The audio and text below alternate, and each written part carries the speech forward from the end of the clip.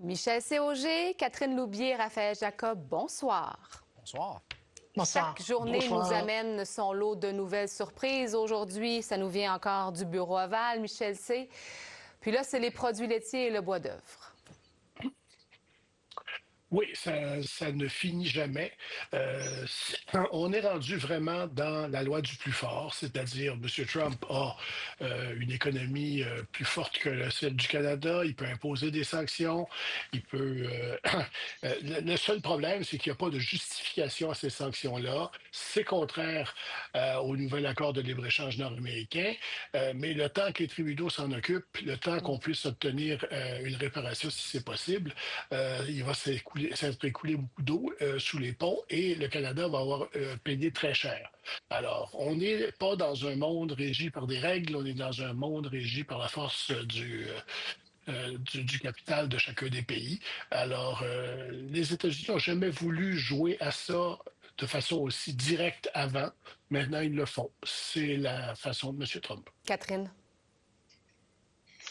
Oui, moi je dirais oui, on revient en fait aux demandes traditionnelles. Là. Après tout ça, après les coups de tonnerre, après la déstabilisation, après la force que Donald Trump a adoptée dans ses échanges avec ses plus grands alliés, en fait, on revient à dire que c'est une question d'auto, de lait et de bois d'œuvre. Et quand on parle franchement de lait et de bois d'œuvre, on est loin de la sécurité nationale. On est loin de l'ancrage sur lequel il a commencé à faire ces négociations-là dans les premiers jours, le premier mois de sa présidence, en disant, attention, il y a des morts de fentanyl, il y a des criminels à la frontière. Donc, je pense que ça s'essouffle et ça va de plus en plus vers le chemin de l'accord CUSUM, le USMCA, l'accord de libre-échange qu'il a lui-même signé, et les demandes, justement, traditionnelles.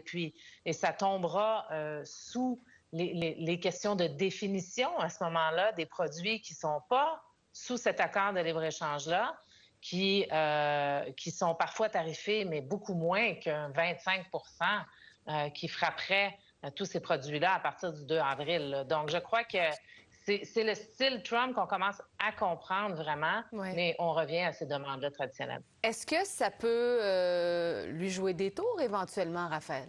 La réponse courte est oui, avant même d'y arriver. Peut-être rebondir à la fois sur ce que Michel et Catherine viennent de mentionner, surtout lorsqu'il est spécifiquement question de la gestion de l'offre. C'était entièrement prévisible, en fait presque inévitable que ça allait revenir à l'avant-plan. S'il y a un aspect surprenant à la chose, c'est que ça arrive aussi tôt que ça dans le mandat, bien avant qu'on soit même censé être en train de renégocier activement l'accord. On sait que c'était prévu en principe pour 2026. 2026, oui. Exact. Et au-delà de cela, est-ce que ça peut lui jouer des tours? Pas nécessairement la question de vouloir renégocier la gestion de l'offre d'un point de vue de politique interne aux États-Unis, non. Mais au niveau de son style de gestion, savez-vous quoi? Je vais commencer ce soir avec une citation, quelqu'un qui décrit le président des États-Unis, et je cite, « Il n'est pas un solide, il est fluide. » Son passé dans l'immobilier lui a enseigné qu'il n'y a pas de deal, en bon français, tant que vous n'avez pas signé sur la ligne. Tant que le papier n'est pas signé, c'est pas un deal, c'est comme ça qu'il est. Donc, il sera toujours flexible. Fin de la citation. Ça, c'était un certain Jared Kushner au sujet de son père il y a 5 ans. Est-ce que vous allez me dire que le principal intéressé a vraiment changé? Beau-père, pardon. Oui, beau-père. Oui, mais c'est presque discutable lorsqu'on a vu le lien de proximité entre les deux pendant le premier mandat. Mais justement, est-ce qu'il y a vraiment qui que ce soit qui va dire que le principal intéressé a changé foncièrement entre la dernière année de son premier mandat et la première année de son deuxième? Visiblement, non. Le mot flexible, c'est la façon la plus positive de présenter quelqu'un qui gouverne de façon carrément erratique depuis des semaines. Dernier petit point là-dessus. Michel, Catherine et moi, on se parlait au tout début du mandat. Il y a de cela quoi, à peu près 6 semaines, qu'il avait l'air peut-être un peu... À peine. Exact, à peine. Qu'il avait l'air peut-être un peu plus discipliné qu'il y a 4, 5, 6 ans. On est vite revenu à la version originale. Bien là, j'allais vous dire, on dit plus ça du tout, là, voilà. Michel.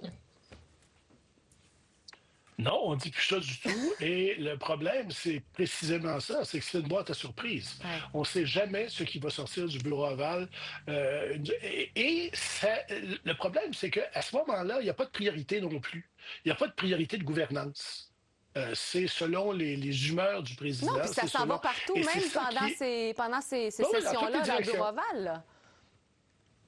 Oui, absolument. Puis il arrive que ces conseillers ne savent pas que le président dit ah, c'est ça qu'on va faire aujourd'hui. Alors, c'est une drôle de façon de gouverner. C'est pas une façon très disciplinée, mais c'est M. Trump. L'autre chose qu'il ne faut pas oublier, on le voyait en train de montrer un de ses décrets exécutifs. Le problème, c'est qu'à un moment donné, il va falloir qu'il passe de la législation. Par exemple, quand il veut abolir le ministère de l'Éducation.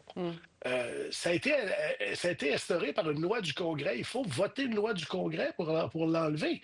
Il essaie là, de pousser avec des ordres, des ordres de l'exécutif, des décrets. Je suis pas sûr qu'à la fin, les tribunaux vont dire qu'il a raison. Là, on a commencé à avoir des tribunaux qui disaient au président qu'il n'avait pas raison. Oui, mais ça peut être long, par contre, des décisions des tribunaux, Catherine. Toujours. Oui, ça peut être très long. Ça peut être très long. Et puis, tu sais, on a un Donald Trump, tu sais, ça me fait penser quand il disait au début de la campagne électorale que Joe Biden était toujours dans son sous-sol, mais lui, il passe pas mal de temps dans sa chaise au bureau ovale avec les journalistes à signer des décrets, tu sais. Mais au niveau légal, oui, ça va le rattraper. Comment il va gérer ça en tant que personne qui a vraiment fait de la justice américaine un lieu qu'il lui voit comme de manipulation politique? Mais ce qui est certain, c'est que pour les Américains, je suis aux États-Unis souvent, ben je vis là, mais là, en ce moment, je suis au Québec, là, mais pour les Américains, ils voient que le président se bat pour eux. C'est ce qu'ils voient. Hein? Ils voient que le président, jusqu'à un certain point, se bat avec d'autres pays pour avoir plus de revenus, pour gagner, pour avoir des gains. Mais ça va faire son temps, ça va le rattraper parce que nous sommes des amis et alliés. Et il y a beaucoup de confusion autour de l'annexation du Canada. Il n'en a pas parlé d'ailleurs dans les dernières heures. Il faut voir. Comme le disait mon collègue, chaque jour est une surprise. Mais il remplit ses promesses, là, disons. Il continue de remplir ses promesses électorales. Raphaël, qu'est-ce que vous pensez de la réponse? Le prix des œufs a continué de monter. Encore? On est rendu à combien? Est-ce qu'on le sait? C'est cher. Oui, beaucoup plus cher qu'ici, effectivement. Raphaël, j'allais vous dire, la réponse canadienne, elle reste... En fait, on dirait qu'elle durcit de jour en jour aussi. On est incrédule. Le ministre McKinnon avait l'air incrédule ce matin quand il a appris justement cette question de la gestion de l'offre des 250 %. Mais est-ce que ça peut nous nuire, d'après vous? Ça dépend, encore une fois, est-ce qu'on prend cette question-là d'un point de vue politique, surtout d'un point de vue de politique domestique, de politique intérieure, d'un point de vue économique? D'un point de vue économique, évidemment que l'incitatif rationnel, non pas émotif, mais rationnel, c'est d'essayer d'éviter, ou de mettre fin le plus rapidement possible à tout conflit commercial quand on est le plus faible, très franchement, le plus petit des acteurs. Une fois que ceci dit, il y a des incitatifs politiques, et on le voit de façon évidente au Canada depuis des semaines, qui vont exactement à contresens, c'est-à-dire aller fouetter le sentiment nationaliste qui est inévitable et qui est facilement mesurable, qui est très palpable au Canada, et d'être vu comme étant en train de se tenir debout et de faire face à un président américain qui est détesté par la grande majorité de la population canadienne. Peut-être un petit point également par rapport, non seulement à la question des œufs, là, mais de l'inflation. Donald Trump est en train, pour faire un petit bout de chemin sur ce que Catherine vient de mentionner, là, il est en train de respecter certaines promesses fondamentales, notamment en matière de lutte à l'immigration clandestine. Il n'a pas tard de mentionner que depuis son assermentation, c'est une chute carrément spectaculaire qu'on a vue au niveau du nombre, notamment d'appréhensions à la frontière sud. Ça a chuté d'à peu près 90 % à l'espace de à peine 5-6 semaines. Donc, le robinet a été presque entièrement fermé. On sait que c'était une des, sinon sa première promesse. Mais le problème pour lui, d'un point de vue politique, c'est que ce n'est pas la première priorité de l'électorat américain dans son ensemble. Prenez le dernier sondage des économistes publié cette semaine. Quel est l'enjeu numéro 1 selon vous? Vous combinez économie, inflation, emploi, on est à 36 %. Il n'y a rien d'autre qui dépasse le 10-12 %, incluant l'immigration, soit dit en passant, qui est à 9 %. Et lorsqu'on regarde le bloc le plus clé, décisif de l'électeur américain, c'est-à-dire les électeurs indépendants qui ne sont pas affiliés officiellement aux républicains, aux démocrates, on est à 41 % qui disent l'économie, l'inflation, le coût de la vie. La priorité, elle est là. Et Trump n'est toujours pas vu à ce jour comme étant en train de mettre suffisamment d'attention et d'efforts pour combattre ces problèmes-là. Et au contraire, si ces actions vont sur cette même voie-là, très possible qu'il contribue à les alimenter. Ça soit l'inverse. Ces problèmes-là. Ben oui, exactement. Ça va être à surveiller. Puis c'est un peu ce que le gouvernement canadien disait aussi depuis le début. ça va venir de chez eux, finalement, ça va venir des États-Unis, des entreprises. Difficile à suivre aussi, Michel C., dans ses relations avec Vladimir Poutine. On l'a vu cette nuit, ce matin tôt, en fait, ce Truth Social où il reprochait à la Russie d'avoir frappé en Ukraine, puis qu'il envisageait on le voit à l'écran, là, des sanctions bancaires, des droits de douane. Puis après ça, dans le bureau ovale, alors qu'il parlait de toutes sortes de choses, comme on l'a dit, il a dit « Ah, ben non, finalement, je m'entends mieux avec la Russie qu'avec l'Ukraine. »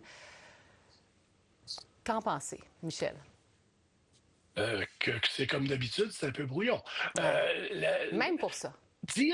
Même pour ça, dire qu'il voulait mettre des sanctions contre la Russie, c'était surprenant. Mais on est revenu au naturel très rapidement en disant, je m'entends finalement c'est ce qui a fait sourciller ce matin, que ça. Oui, alors, à la fin, ça, c'est le vrai problème que tous les pays amis des États-Unis ont, c'est de voir M. Trump accepter sur certains points, et certains points importants, entre autres sur l'Ukraine, exactement la position du Kremlin. Ça, on n'a pas été habitué à ça de la part d'un président américain, de quelque parti qu'il soit. Alors ça, oubliez pas combien ses alliés européens ont été choqués par ce qui s'est passé la fin de semaine dernière et combien on a vu M. Macron dire qu'il faut quasiment doubler notre budget militaire, je suis prêt à offrir ma protection nucléaire aux autres pays européens, etc. Ça, c'est des amis qu'on perd pour longtemps quand on fait des choses comme ça. Et c'est à long terme qu'on verra les effets, mais c'est sûr qu'il va y en avoir. Catherine?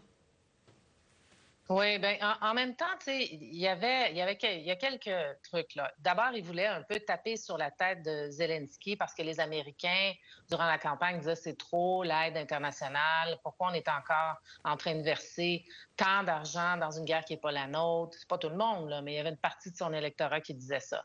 Ensuite, il s'est retiré militairement, il a arrêté de partager des renseignements. Et l'effet, ça a été, puis en même temps, on sait ses demandes sur le financement des autres pays, sur l'armement, le militaire et les niveaux de l'OTAN. Bon.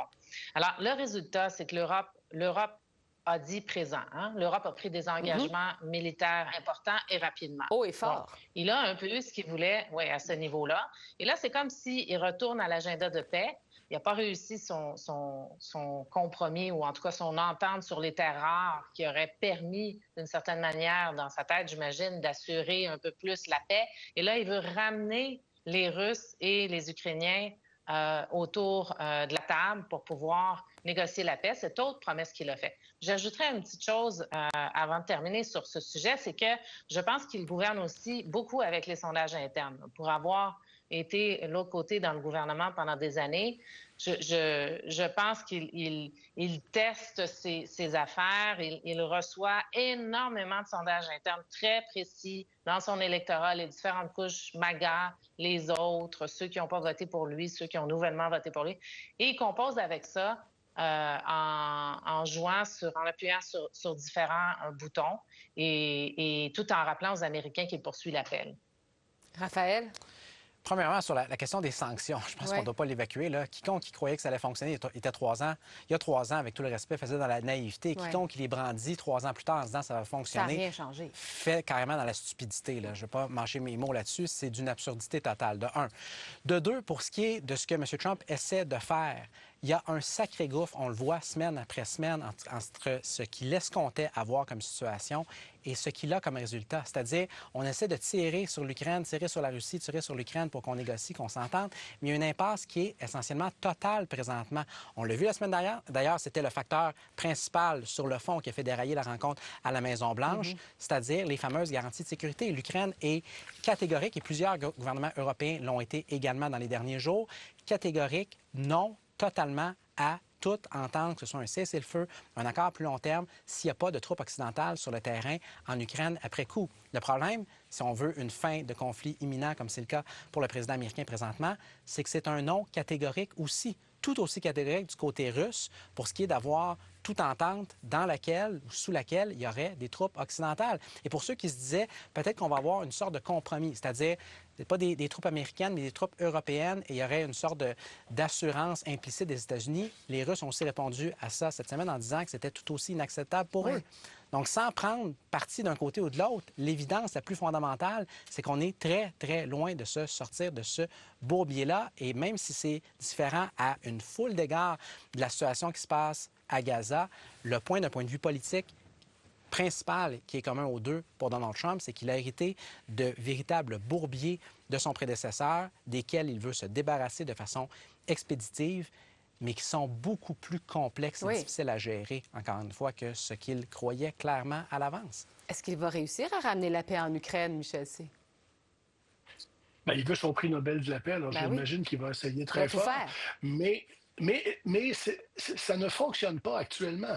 Il faut comprendre que les Européens lâchent les Américains là-dessus. Donc, s'il y a des demandes, elles ne seront pas écoutées de la même façon que ça aurait été le cas il y a 2 ans. Alors, quand l'Ukraine veut des garanties de sécurité et que à l'ONU, M. Trump et les États-Unis votent avec la Corée du Nord, la Russie et la Hongrie, ça ne va pas aider la situation, ça lui nuit considérablement. Et donc, on est embourbé actuellement en Ukraine dans une situation où c'est Vladimir Poutine qui a toutes les cartes dans son jeu. Et il y a une couple de cartes que M. Trump lui a données, de toute évidence. Un point très rapidement, Raphaël, très rapidement, parce qu'on parlait tantôt, Michel évoquait le long terme. Il y a une conséquence d'un point de vue américain à ne vraiment pas sous-estimer qui peut être négative, c'est-à-dire le poids décisif carrément qu'ont les États-Unis au sein de l'OTAN. Parce qu'on peut se dire, tant mieux Donald Trump d'un point de vue américain, d'un point de vue de l'administration américaine actuelle, là, tant mieux il a dans un sens ce qu'il veut parce que les acteurs européens vont financer davantage leur propre défense, vont contribuer davantage à l'Alliance. Le contrepoids de ça, c'est qu'un pays qui devient plus fort, ne serait-ce que d'un point de vue militaire, risque d'avoir aussi davantage de poids à la table de négociation de l'OTAN. À l'OTAN. Donc, le poids absolument dominant qu'ont eu les États-Unis, pas dans le très, très court terme, mais si on continue dans cette voie-là, sur des années, peut être appelé à changer, et ce, à la baisse. Surtout qu'on parle d'un plan de 800 milliards d'euros, en tout cas pour les Européens.